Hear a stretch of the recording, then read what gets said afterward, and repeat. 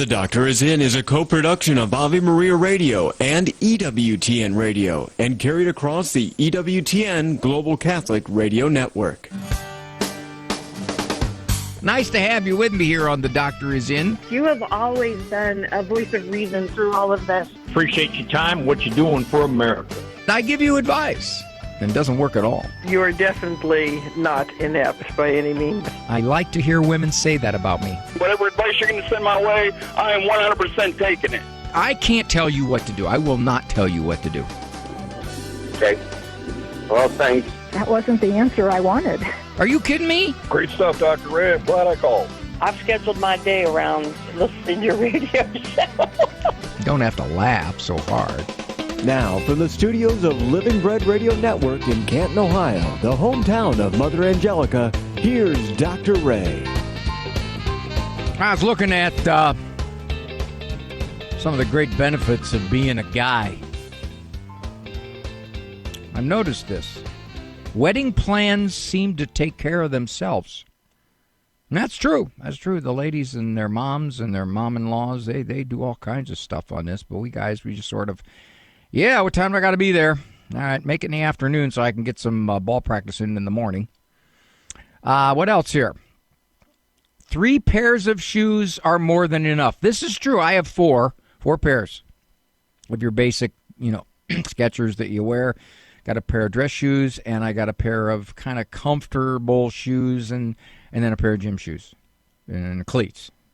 That's it. Here's my favorite one. Great benefit of being a guy. You can quietly watch a game with your buddy for 3 hours without ever thinking, he's so quiet. I wonder if he's mad at me. Yeah. Some of the benefits are financial. Like a wedding dress is $3,000. Tuxedo rental, $150. Yeah, it's a good one. Nice to have you with me here, Dr. Ray. Appreciate the company. This is Look Back Friday. It's a variant of the program where we take previous calls. This was my idea. And I'd like to say it was because I wanted to be more helpful, but I think it's a blend of motivations, one of which is I just wanted to talk more. I had more to say. We take previous calls. Andrew Kruchek, my producer man, he edits them as he sees fit. We put them back up. And there are usually things within the call that I'd like to comment on, but for whatever the reasons of exigency at the time or timing or the direction of the call, I didn't want to veer off. Or I didn't want to ask an irrelevant question, even though I do ask irrelevant questions a fair amount of the time. That particular call I didn't want to. So they make it into the queue for look back calls. So we've got some potential ones sitting up there that I'll get to after the opening monologue. If you're going to write a book, if you're going to write a popular book, and the books that I write are generally not scholarly tomes. They are written for the general audience. That people can read it and understand it. And I don't use big words. I eschew obfuscation. I palaver pellucidity wherever possible. Magniloquence and excoriation are not part of the plethora of my magniloquence. So I avoid those. However, you have to, I think, come up with words that can summarize a topic area. And sometimes you make these up. One of the things I came up with is something I called the search. What is the search? If you have a child who is giving you a lot of behavioral resistance, arguments, defiance, temper outbursts, making your parenting much more difficult than you think it needs to be. And you're wondering, why is this happening? What is making this child be this way? Now, after several decades of doing this, of working with parents, and this is both bad news and good news. The bad news is, much of the time, if not most of the time, the problem is made worse in the dynamics between the parent and the child. What do you mean by dynamics? Meaning the discipline style. What the parents are doing that is it's just not handling this child well discipline-wise, and the child is just becoming more and more difficult. The good news is, well, if it's in the parent's style, the parent can change that style. The good news is it's not something internally awry with the child. It is within the discipline style of the parent. That's almost always. And even if, and I know there are those of you thinking, no, Dr. Ray, this kid is distinctly different than my other kids. My other kids wouldn't have even dreamed of being like this. My other kids, total them up, wouldn't give me all the trouble this one does. Okay, I got that. Kids are all different. That's true. The question is, are you doing what you need to do to at least ease the difficulty? This kid is still going to be who he is by his wiring, but you don't have to live with this level of turmoil. In most cases. All right, now parents come into my office sometimes with a 15, 16-year-old, or maybe someone they've adopted who's had a wretched history, and this kid is just almost impossible to live with, and even to the point of danger. Okay, so that's a different setting. I'm just talking about a couple of good parents who come in, one or both, who are very frustrated by a particular kid, 8, 5, 12, 13, because of their conduct. And not uncommonly, they have gone on a search to find out what is wrong with this child. Now, they might not say what's wrong with him. They might say, what's making him be like this? Well, first of all, some kids are tougher to raise than others. Now, I know you're thinking, well, yes, he's very strong-willed. Yes, he's a difficult child. Yes, she's 7 going on 17. Yes, he's very high maintenance. I'm really reluctant to use those words. I think they're thrown around way, way, way too often. Most kids are kids, and there's a wide variability in how easy they are to raise. Some of them make you feel like you're God's gift to parenthood, and others make you feel like, whoa, I'm such a horrible failure. I've got my priest on speed dial. Bless me, Father. Before I had children, I was pretty nice.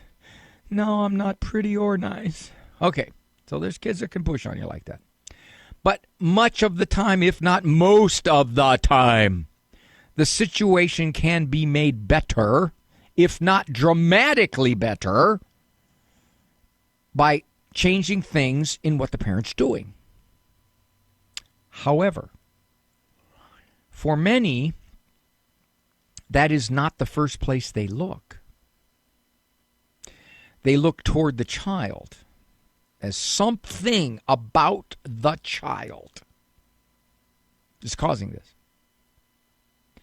And given that so many expert types are so heavily focused on pathology in the children, miswiring or all kinds of factors that are internal to the child, that is the parent's inclination. Well, I'm going to look to see.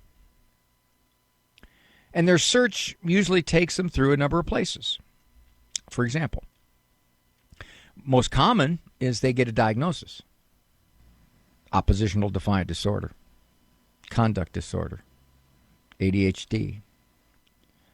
Now, in many cases, they're not really getting any new information. As ADHD, they might, but with ODD or conduct disorder, they're not really getting new information. They're just labeling the picture. He has oppositional defiant disorder. That's what makes him the way he is. No. That's not what makes him the way he is. That's the description of the way he is. What makes him the way he is other things. Oppositional defiant disorder doesn't tell you anything about why he is the way he is. Okay, so that's the first thing. They search for a diagnosis, and all too often they think, okay, now that I've got the diagnosis, I know what the problem is. Well, you've put a label on the problem, but what you still have to do is adjust to the problem. You got to change things. Sometimes they chase diet. What is it in his diet that's making him this way? Now, with the exception of allergic reactions, for the most part, the diet is a weak factor. It's not good for health and nutrition. Our kids' diets are atrocious. But the idea that, okay, I'm gonna cut back on this, and I'm gonna give him a dry cracked wheat brown tofutti sandwich on bean sprouts, doesn't do what you hope it would do. Oh, diet. Well, what about, okay, I'm going to get him into a balance beam, and he's going to walk the balance beam, and we're going to rewire his cerebellum, and then with rewiring his cerebellum, we're going to rewire some aspects of his brain. Well, that stuff's really questionable. All right. So what the heck else is going on? Okay, well, it's a self-image issue. That's it. He's got a self-image problem. By the way, if I were a behavior problem kid and I crashed up against my parents all the time, I would have a self-image problem too. You know why? Because I'm not happy, because I got so much friction in my life. We're going to get him therapy. Therapy, by and large, is not real successful for behavior problem kids. So what do? Many of the parents who come into my office have been through the search. They truly have. The kid is either on medication, they've altered his diet, he's gotten a diagnosis, but the problems are still there. And they're totally flummoxed. Why is this? We've really looked all over the place to explain this, and he still is the way he is. Because the number one factor in changing this child's conduct for the better is parental improvement. However, that needs to manifest itself with more affection, less angry, less yelling, less screaming, better discipline, more parental agreement with discipline. All those things enter into play. It is generally the context that this child is being raised in. If he goes and visits the other parent on weekends and has total access to complete freedom, and then comes back and he just is in culture shock because you have rules and limits and that other parent doesn't, well, yeah, this kid's going to be tough for you to get back in line. The parenting is the biggest factor in making it better or worse. If you do that, you tend to not search so hard. Dr. Ray. When your children consider going to college, where are you going to find a place that will prepare them for the future and build on the foundation that you've laid? The answer? Ave Maria University. With an authentically Catholic curriculum, including 35 majors, AMU prepares students to take on the world. I've seen the difference in my son since he's been at Ave Maria. He's happy, he's excited about what he's going to do with his degree, and he's living his faith. Learn more at avemaria.edu. That's avemaria.edu. Do you own popular index mutual funds or ETFs? If so, you're automatically own shares of companies that conflict with your moral beliefs. Ave Maria mutual funds are managed to conform to pro-life and pro-family values. Long-term investors can invest in the no-load Ave Maria mutual funds. The experienced professional portfolio managers make decisions based on investment fundamentals and pro-life values. You can learn more about Ave Maria mutual funds today at 866-AVE-MARIA or visit AveMariaFunds.com. The following program is brought to you in part by MyCatholicWill.com. Surveys show that more than half of Americans do not have a will. At MyCatholicWill.com, it takes as little as 15 minutes to write your will and secure a legacy of faith. MyCatholicWill.com is the exclusive online destination for creating a Catholic will. The process of writing a will is simple and now more accessible than ever.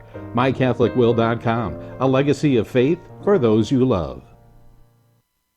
CMF Curo is a Catholic healthcare ministry providing families nationwide with a better solution centered around whole health, spirit, mind, and body. Our members share their medical burdens within a faith-filled community. At CMF Curo, our members have access to a spiritual director, concierge services, and other health and spiritual resources. Find out if CMF Curo is a better solution for your family. Visit mycatholichealthcare.com. That's mycatholichealthcare.com.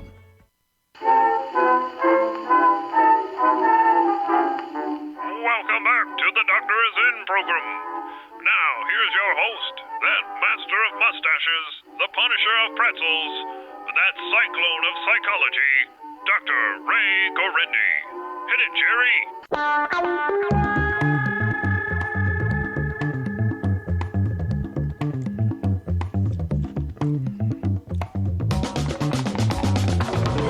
Another great benefit of being a guy. You can drop by to see a friend and you don't have to bring a little gift. Lucy's mother-in-law wants to move in with her. Well, I can't see that would be a problem. Can you? I need advice from you because you're a psychologist and you're also Catholic. So you're going to see both sides of it. My husband and I have been married for over 30 years. My mother-in-law lived with us for about 15 years, and it was very trying. And she's a beautiful person. However, it just didn't go well. And she has some issues herself, and the best way for me to love her was just to keep her at arm's length. So we finally got her to move out, and now, she wants to move back. And because she moved in with his other brother, and she's ruining their marriage. So my husband's like, oh, I don't want, this to stress out their marriage. And I'm like, yeah, but it's going to stress out our marriage. I was literally, when she was there, I would stay in my room almost all day, just not to have to. Because no matter what I said, I was wrong. It hurts my husband to know that I don't want his mother to come back.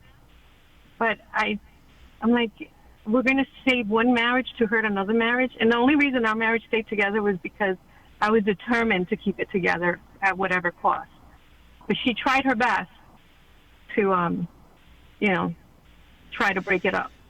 You said... so I don't know what to do. You said we finally convinced her to move out after 15 years. Your husband didn't see the same things you experienced? Yeah, he does. But what happened, she didn't have anywhere to go. And then she always loves to play the victim and ride on his guilt. I understand. And I had told him, I said, this, no matter where she's, like, she'll go and stay with somebody for 2 months, and the same thing happens. It's just like no one can live with her. She just makes things impossible for people. Are you telling me, Lucy, that much of the time that your mother-in-law was there, you stayed up in your room and your husband didn't notice any of this? Oh, he noticed it, but he was just like, oh, it's my mom, and I feel bad because she has nowhere else. And I was like, okay, as an act of mercy, right, act of charity, fine. But, she finally moved out, and I was so happy. And the kids were all saying, well, Mom, you were always in your room, and now you're always out, and, you're interacting more with the family. If you said to your husband, I can't do it. I can't do it. I did. And he said... When he told me... And he said, when he told okay. me I'm thinking of bringing her back. Yeah. And he said, okay, if you're that adamant about it, I'm not going to override you? No. He said, I want to save my brother's marriage. And I told him, I said, last time, when he first spoke to me about it, like I have fibromyalgia. I had a flare-up immediately, and I haven't had a flare-up in years. Lucy, are you asking me how to convince your husband? I'm asking you, what's the Christian thing to do? Like, should I just... Well, that Christian thing doesn't have anything to do with it. The Christian thing doesn't have anything to do with it, as I see it. Because you have already gone well beyond the Christian thing by allowing her to live there for 15 years. Now, here's where I struggle on something like this. When people come to me and say, I can't tolerate that other human being, and this is how I react. If you were in counseling with me, I would explore what it is that you're doing to yourself that gets so distressed by the obnoxious, difficult behavior of your mother-in-law. I'm not going to dispute anything you say. I'm not going to say, well, she's probably not that bad. Lucy, I don't know. I'm not there. What I would explore. She's a wonderful person. Well, then wait a minute. Time out. I'm all confused. To other people. Well, in other words, what you're saying, she's a wonderful person in shallow relationships. So, given that, let's just lay aside that, in fact, there are probably things you could do to not let her bug you so much. Her nutty comments, her you're always wrong, you've never been able to let her go in one ear and out the other. If you could do that, you probably wouldn't be in your room quite as much. But apparently, you haven't been able to do that. Take that aside. If you're saying, do I have a Christian obligation in my marriage that will definitely damage my mental and physical well-being and will make me feel more distant from my husband, then it would seem, and I think you could talk to a priest about this, but I got to believe that the vast majority of them are going to say, no, you've already went over and above, you've already gone over and above heroic effort to get along with her. So here's the question. If you say this is not something that I am Christian obligated, and you tell your husband I'm not going to do it, would he say, too bad, because she's moving in? No, he wouldn't. But I just know it would hurt his heart so much. That doesn't matter. Like, I'm going to lose regardless, right? I don't know how much money you have, but tell him it would be worth your mental health to give her $1,000 to rent someplace a month. That's very true. Tell her. Tell you what I'll do. I'll go get a part-time job. I'll try to bring in a little bit of money to pay for her to live somewhere. Unless you say she's physically incapable, then it would seem to be there's no reason why she can't live somewhere. That doesn't make any sense to me. It's one of those situations where you have the guy essentially elevating his mother above his spouse. I mean, it sounds like it from what she's saying. He's saying that even though I know what this does to your peace of mind, to your emotional state, can't let her not live here. Even though you already went 15 years for him saying, my gosh, thank you so much for giving her 15 years. So I would, again, they were in my office, I would really explore what it is that makes him feel so obligated. What exactly is it? But there's something else that happened in the very first line of what Lucy said on the call. It's a parallel to something I hear from parents a lot. Parents coming into my office, and there is a litany of trouble 6 feet long. All kinds of stuff this kid is doing, and they're frustrated. A significant percentage of the time, they say, you know, I think I'm giving you the wrong impression. Overall, he's a pretty good kid. Now, they just spent 12, 15, 20, 25 minutes telling me what's going on. And it ain't purty. So I don't know what it is that they feel obligated to say, he's a good kid. Now, I think they're saying, well, there's other aspects of his personality that aren't this difficult. Or he's not on drugs. One of the new moral high bars. He's not on drugs or anything like that. So Lucy did kind of the same thing with her mother-in-law. One of the first things she said was, well, she's a beautiful person. And I'm thinking to myself, okay, wait a minute. You just spent the next 5 minutes saying how incredibly difficult she is to live with, how nobody wants her to live there. And in fact, she's a beautiful person. When I confronted her on that, she said, well, she's a beautiful person with other people. Well, it seems to be in any kind of close relationship, there's a certain common denominator there that puts people off.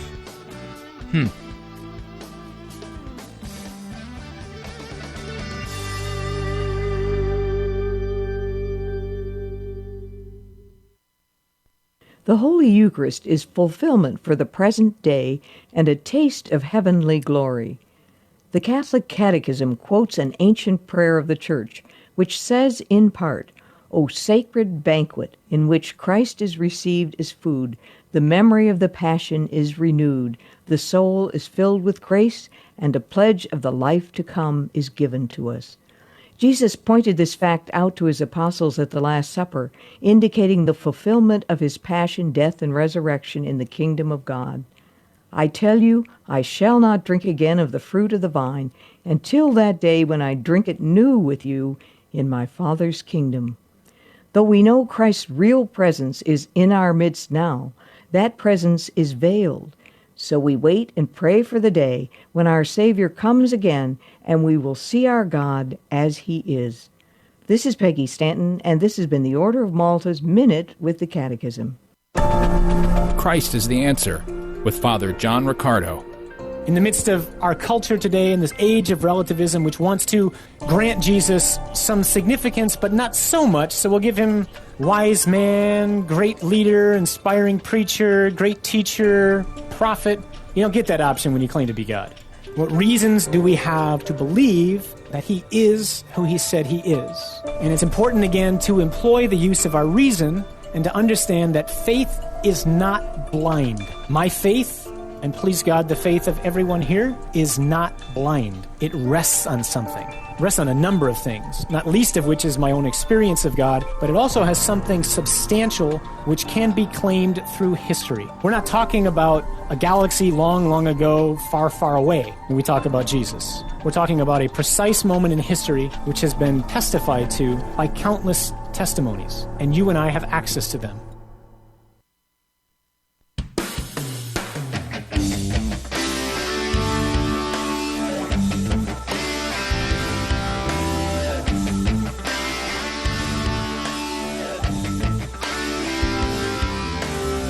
This is The Doctor Is In, a co-production of the EWTN Global Catholic Radio Network, some 400-plus stations domestically, some 500-plus worldwide, as well as a Sirius satellite channel 130, and produced by Ave Maria Radio Communications there in Ann Arbor. My producer, man, Andrew Kruchek, who is very heavily involved in producing and adeptly editing these look-back calls. Let's see, I'll take a look at that. Any more comments on the mother-in-law wanting to move in? Yeah, she says, I could stand my ground and say, no, please, no, I can't take it, I can't do it, and he would acquiesce. But then she said, but I wouldn't want to make him feel that bad about this. Would that be it only, or would he be resentful? See, you don't have time to ask those kinds of questions on a radio call. But there are certainly questions like that that you would ask if you were seeing somebody. Jen from Maryland, or either that, it says Jen MD, so maybe she's a doctor, I don't know. She's got some confusion about a little 1.5-year-old child going to 2 homes. Yeah, that's usually the case in either splitting up relationship. We'll see what the details are on that. I have an 18-month-old grandson. His parents have been separated for 3 months now. He spends half time at my house with his mother and half time with his father, about an hour and a half away. And when he's with his father, he's in daycare 3 days a week. Just recently, he has been very upset, pushes his father away, and I'm concerned that this split week is creating instability for him and is going to rear an ugly head of some emotional problems a little later in his life. Am I being an overprotective grandma and jumping to conclusions? Yeah. You raise 2 levels. The first is, okay, this little guy's only 18 months old. So he has minimal understanding of what's going on. All he knows is that his environment changes. It's one way with grandma and mom, and it's another way with dad and this daycare center. So it's not at all unexpected that he would react. Of course. Where you're leaping to conclusions is to think, oh boy, we're going to cause psychological damage in our little 18-month-old grandson if this goes on too long. Well, Jen, I can't know at all what's going on at Dad's house. For that matter, I can't know what's going on at your house. But assuming that Dad's a fairly stable guy and this young man has to go to daycare because Dad works, I would be really slow to think, oh boy, we're messing him up. I really would. Okay. I guess I'm going to say, Jen, what do you expect? This little guy's just bouncing around from two different environments. Yeah, and I'm trying to encourage my daughter to get him 5 days a week and then let his dad have him on the weekends to try and create more stability for the little guy. Are they thinking about going back together? No. So, in fact, they're going to split, and then this little guy... Well, let me put it to you this way. I can't predict this, Jen, but I'm going to go on the basis of just a generality and what the research says, that it is harder for kids of almost any age to grow up in broken homes. So this is only the beginning of some of his probable confusion as he gets older. And Dad's style is very different from Mom's style. Mom's style is more permissive than Dad's, or vice versa. Or Mom homeschools and Dad sends him to traditional school. All kinds of things are going to be different. And it would not at all be unusual for this little guy to have adjustment problems one way or the other getting used to all this. Now, that doesn't mean he's going to be psychologically maladjusted, but it does mean you could face a bunch of things that you're going to have to deal with. I can't predict that for sure, but it's very common. That's what happens when you break up a home. There is fallout on the kids, and that's number one research finding. That's got more support research-wise than about anything. So, yeah, absolutely. Right. And I guess we're just looking for ways to try and minimize the fallout. Yeah, and I think one of the ways to minimize it would be for his mother and his dad to, if they can do it, which is a long shot in many of these very ugly breakups, if they can cooperate and have some meeting ground on how they're going to raise this little guy. A couple of things. My little grandson, my youngest grandson, is about a year and 4 months. When we visit, they live out of state, so we visit 2, 3, 4 times a year. At this point, he will not come to me. And he really won't even come to my wife when he's being held by his mom or his dad. So it's not unusual at that age. Her little grandson is a year and a half. At that age, to be attached to the caregiver. Now, she said, they have 50-50 custody, so why wouldn't he be attached? Because mom is always there and dad isn't, and the child is in daycare part of the time. So he's just attached to mom. So he's not going to be comfortable, at least at this age, going with dad. Doesn't necessarily mean there's some kind of psychological issue. It's expected. It's developmental. However, the reason I'm looking at a 1 minute left here. The reason I took on this call is because of something that Grandma said very early in the call. This child's distress at having to leave mom and go with the dad, clearly expressing resistance. His little 1.5-year-old mind not understanding what's going on, and he's expressing resistance. She said, I don't want him to have emotional problems down the road. This is something that is much more prevalent among parents and grandparents these days, which is the decisions we make or the circumstances that our kids might find themselves in are problematic for the time, but the real risk is the unknown. The real risk is the unknown down the road. And I want to comment on that after this hard break, because it is something that's relatively new to the tsunami of experts that are now awash over parenting.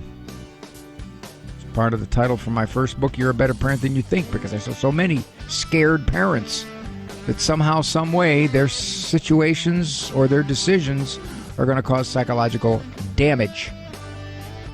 We'll talk about that on the other side of this break.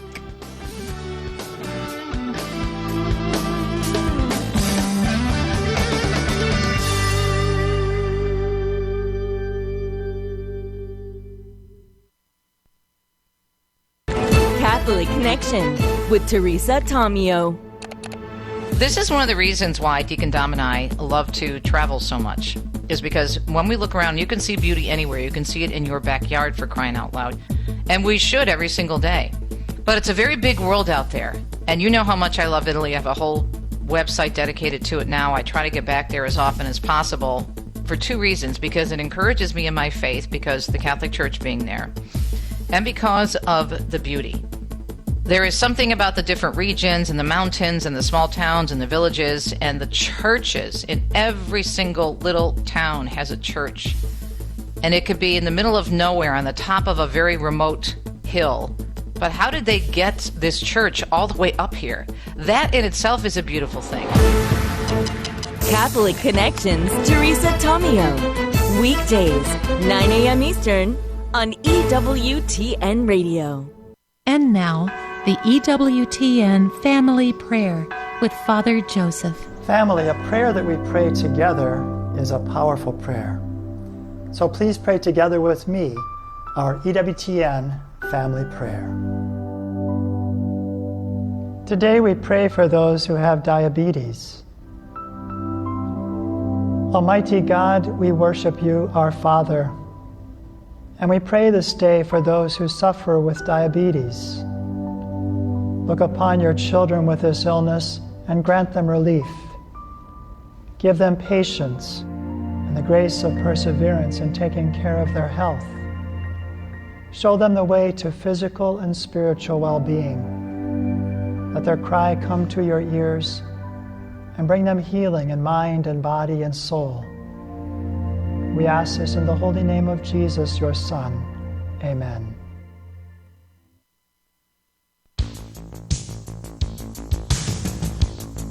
Well, I better jump in here right away quick, because I want to talk about Jen, grandma, the 18-month-old, who is resistant going with Dad because of the breakup in the marriage. And she's worried about long-term psychological maladjustment, unforeseen psychological ill effects. Never before have parents parented under that kind of black cloud. And part of it is because of the experts. We come along and we warn you and we tell you, if you don't do it our way, let me tell you what's going to happen to your kid. This is what's going to happen. Don't you realize that? And of course, many parents who are good parents, they don't intend to make a bad move, but they're scared because what if I do make a bad move? What a mess. I'll tell you what, if I had to put together a bunch of notions to make parents neurotic, I couldn't do much better than that. You make a decision, or something happens in this child's life. And you really will never know when it'll rear its ugly head, because it's buried down in his psyche and it's percolating and it's doing damage. And then it'll pop up. And then you can say, that's it. That's what happened when I did it. I left him on the pot for 4 minutes too long. I knew it. I knew it was going to happen. I had a school professional tell a mother who came to me. This child was, I think, 14, 15, and he was a behavior problem. He was a significant behavior problem. And the problem was, in large part, in the parenting, as I said in my opening monologue. Well, they found out that the mother sent the child to kindergarten when he had a summer birthday. Yeah, summer birthday. Because of that, They said, I think that's where all this can be traced to. Yeah, they said it. Mom came into me. She was just shook up. It's like, oh, my gosh. He was born in June. I sent him to kindergarten because he was a 5-year-old and everybody else in there was 9 because their parents held him back for 4 years. He was the youngest kid in there, and now they're telling me that all these problems he's having in school are because of this. That's exactly what I mean. You make decisions as a parent. You give it your best judgment, and you move on. If you start agonizing over what have I set into motion, psychologically speaking, you're going to be the biggest skittish parent you ever wanted to see, and that skittishness will be the very thing that'll mess you up. Let's go to Jennifer. It's a long call here. I'm going to have to squeeze it in because she's going to talk about her narcissistic adult son. I've got 7 kids. I feel like I could call you every day, and I've been saving this one up for a while. You want just calling the big one, huh? The real big ones. Yeah, for now. Yeah, I'm concerned because I know that I think it's you that has said don't just toss around the word narcissist. That's a big word. That's a really complex diagnosis. But people in our family have just kind of felt like maybe that's what he has. But I'm concerned because he's so lonely, and he never seems to be able to make connections or relationships. He's 34 now. He would love to have a marriage and a family, but he has like super high standards. He's traveling around all the time, hoarding all his money. And if I've ever tried to bring anything up, or which probably the times that I would just say, okay, now see what you just said, and then, try to kind of challenge him on something, he gets super defensive. And he'd say, Mom, you stopped raising me 16 years ago. I guess. I mean, He doesn't exactly say that. He just thinks that he's right all the time. And he's so sensitive, which is really ironic because he's kind of a tough person. Like he'll say, some people will just say anything to people and they don't realize it hurts their feelings. But if I say the slightest thing, he's so sensitive. And so we have tried to talk, and it's been good. Like he's explained to me how lonely he is, how sometimes we make it feel worse when he comes home because he's out of town a lot. How when he goes, he doesn't really go to Mass anymore because it makes him feel so lonely. And I tried to talk to him about that. What are the specifics, Jennifer, on you making him feel worse? What does he say? Well, I guess just that, like if we're not super affectionate or just like we used to get so excited when he'd come home because when he went to school, he went away to an academy in college, and he'd come home, we would make such a production. But he's the oldest of 7. And now when he comes home, we're just like, hey, he comes kind of in and out of the country, and we don't make a big production, and we're really busy with the other kids and our grandchild and the things that keep us so busy. And so he doesn't really have much of a social life anymore because he's got friends who are now married with families, and so he doesn't really get together with them. I guess he just thinks we should drop everything and spend time with him, but not criticize him. When he was growing up, was he one of the tougher kids to raise? Oh yeah, he was so stubborn, and he's always been arrogant. So he's got a certain personality disposition. Yes. That has always been there. And now that he's an adult and he's making his own way and chasing a lot of things that you realize are not making him feel all that good, his personality still is, don't tell me. Yeah, it's really frustrating. He's got some standard about the kind of woman that he wants to be. She has to have a certain look, a certain nationality, a certain, she has to work out like he does. She has to be a certain age, all these things. And so he goes on all these blind dates through these apps, and if he really likes someone, then they don't like him.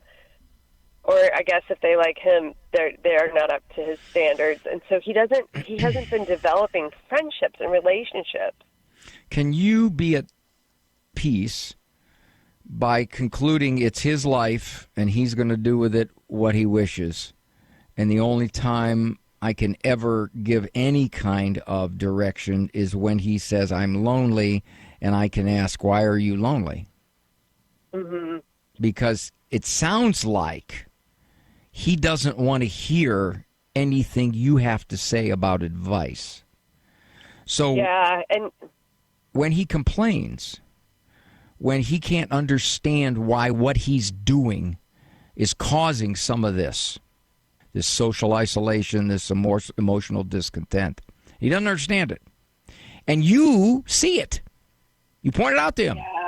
Yeah. You got to stop doing that. Yeah, most of the time I just hold my tongue because I know he's going to lash out and get angry with me. Right. So it's hard because it's like, oh, I know it in my head and I want to say it with love, just don't know how to say it with love. Well, here's how you say it. You ask him to explain it. Mm-hmm. I just can't find the right girl. Well, what are you looking for? Ba-ba-ba-ba-ba-ba-ba. How likely is it you'll find something like that? Well, I'm just going to wait until I do. Okay. So you'll be patient. You'll be patient about that. In other words, you're going to have to just let him connect the dots because he don't want you connecting them. He don't like the way you connect them. He didn't like that when he was 7. Right. And I've prayed for him a lot. I mean, I pray for him every day for a long time, and I'm just kind of hoping something happens in his life that just kind of jars him.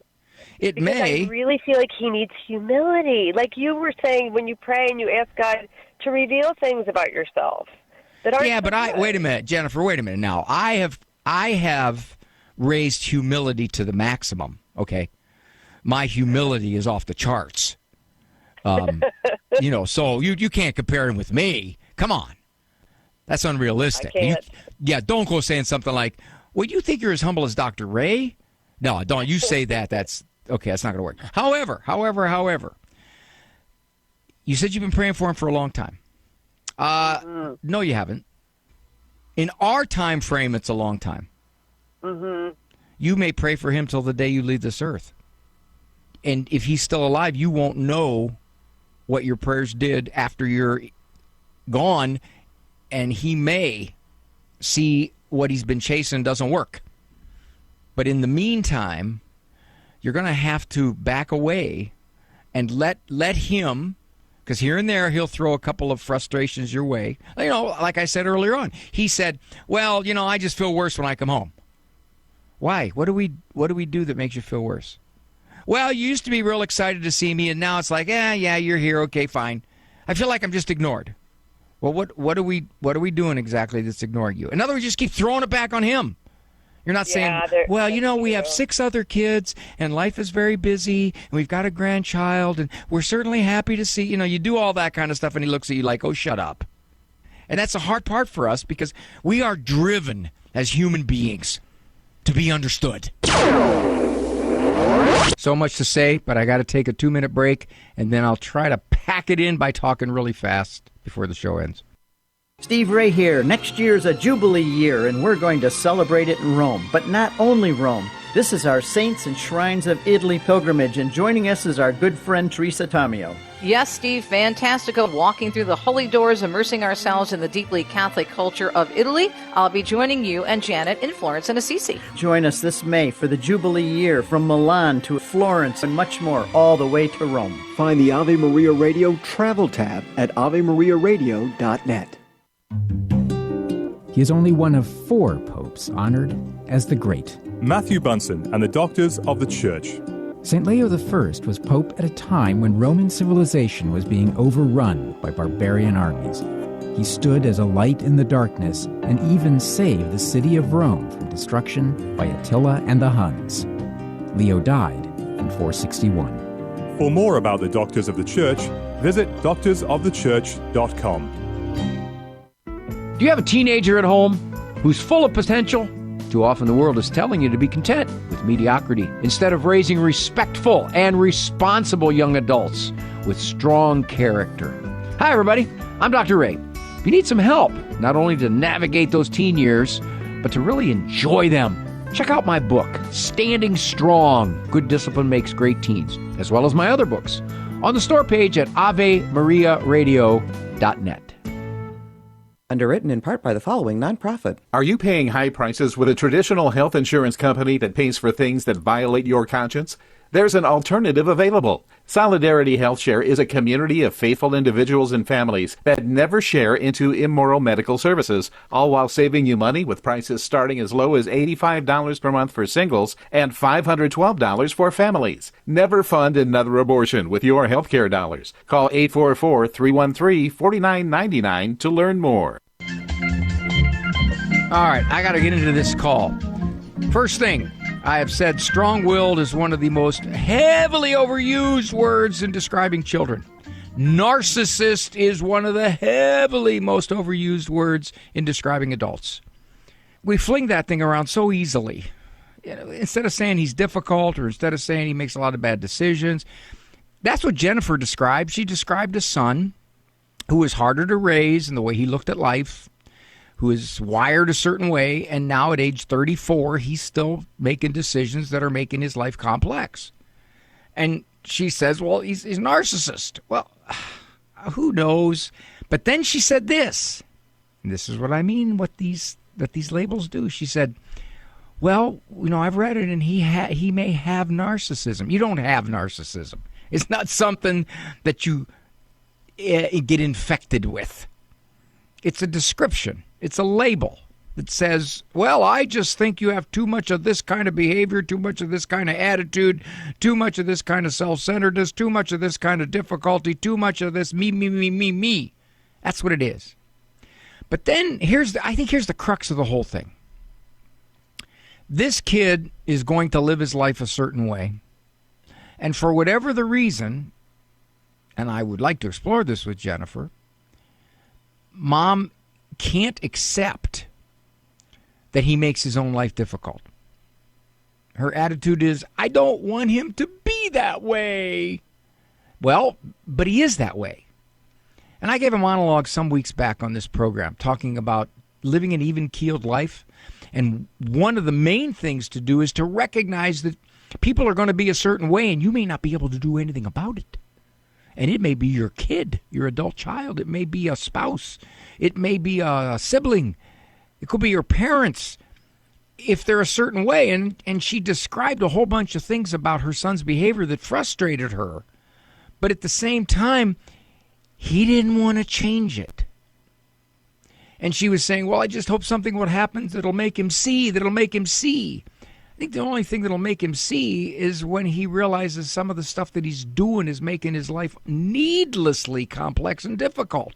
But short of that, if he doesn't see that, then she's saying, one, I don't want him to be that way. And here's the other factor I think that's at play.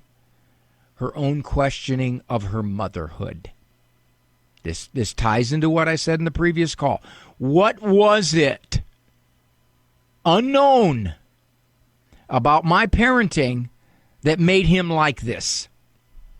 What decisions did I make? What responses? What kind of discipline? What standards? What rules? What expectations? What interactions? What was it? Now, this is the trick because it's unknown. You can't go back and go, there it is. That's the one that makes him like this. And I think the best explanation is he is who he is. We are all wired so differently. We are. I got this with me. I got about a couple quick seconds here. I'm working on a chapter. I'm talking about anxiety. And here is the first line of the chapter. Psych speak drifts into the popular lexicon. Think authentic self, comfort zone, boundaries. Sometimes it screams in. Think narcissist, psychopath, toxic. As in men, parents, relationships. Yeah, we use these words, these psych-speak words, as though they explain, but all too often we use them too freely and in the wrong context. two dynamics at play here. One, he makes a whole lot of moves that just probably make his life complicated and difficult and unhappy. Two, Jennifer doesn't want him to do that. And she has a hard time accepting that that's what he does. It's as simple as that. But it's my son. I care for him. I understand that. And you pray and you love him. But you recognize your helplessness. And in so doing, you will find some kind of peace. Thank you for joining me here on Look Back Friday. I'm Dr. Ray. I appreciate the company. Walk with God. He never changes. For information on Dr. Ray's presentations, books, and CDs, visit drray.com and follow him on Facebook and Instagram. The Doctor Is In is a co-production of Ave Maria Radio and EWTN Radio and carried across the EWTN Global Catholic Radio Network.